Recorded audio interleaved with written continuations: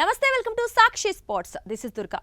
అహ్మదాబాద్లోని నరేంద్ర మోదీ స్టేడియంలో టీమిండియా వీరవిహారం చేసింది. సౌత్ ఆఫ్రికాతో జరిగిన నిర్ణయాత్మకమైన 5వ టీ20లో భారత్ అద్భుత విజయాన్ని అందుకొని సిరీస్ను 3-1 తేడాతో కైవసం చేసుకుంది.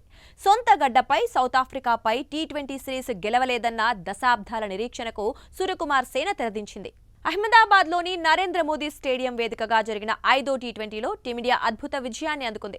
శుక్రవారం జరిగిన ఈ మ్యాచ్లో సౌత్ ఆఫ్రికాను 30 పరుగుల తేడాతో చిత్తు చేసిన సూర్యకుమార్ సేన 5 మ్యాచ్ల సిరీస్ను 3-1తో కైవసం చేసుకుంది. సొంత గడ్డపై సౌత్ ఆఫ్రికాపై టీ20 సిరీస్ గెలవలేదన్న దశాబ్దాల నిరీక్షణకు ఈ విజయంతో తెరపడింది.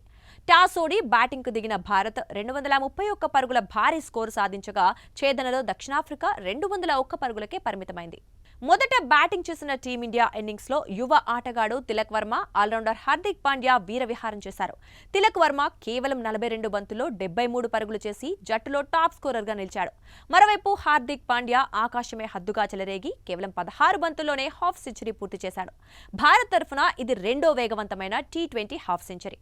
వీరిద్దరూ 4వ వికెట్కి ఏకంగా 105 పరుగులు జోడించడంతో భారత్ 231 పరుగుల పర్వతాన్ని నిలబెట్టింది.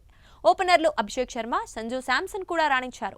భారీ లక్ష్యంతో బరిలోకి దిగిన సౌత్ ఆఫ్రికాకు క్వింటన్ డీకాక్ మెరుపు ఆరంభాన్నిచ్చాడు. రీజా హెండ్రిక్స్తో కలిసి తొలి వికెట్కు 69 పరుగులు జోడించిన డీకాక్ భారత బౌలర్లను ఒత్తిడిలోకి నెట్టాడు. అయితే 11వ ఓవర్లో జస్ప్రీత్ బుమ్రా డీకాక్ను అవుట్ చేయడంతో సౌత్ ఆఫ్రికా పతనం మొదలైంది. ఆ తర్వాత స్పిన్ మాంత్రికుడు వరుణ్ చక్రవర్తి మ్యాజిక్ చేశాడు.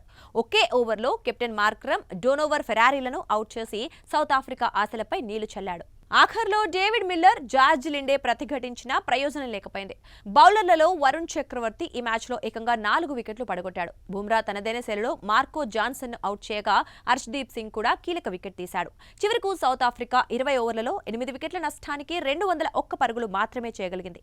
ఈ విజయంతో భారత స్వదేశంలో తన అజేయమైన సిరీస్ రికార్డును 18కి పెంచుకుంది.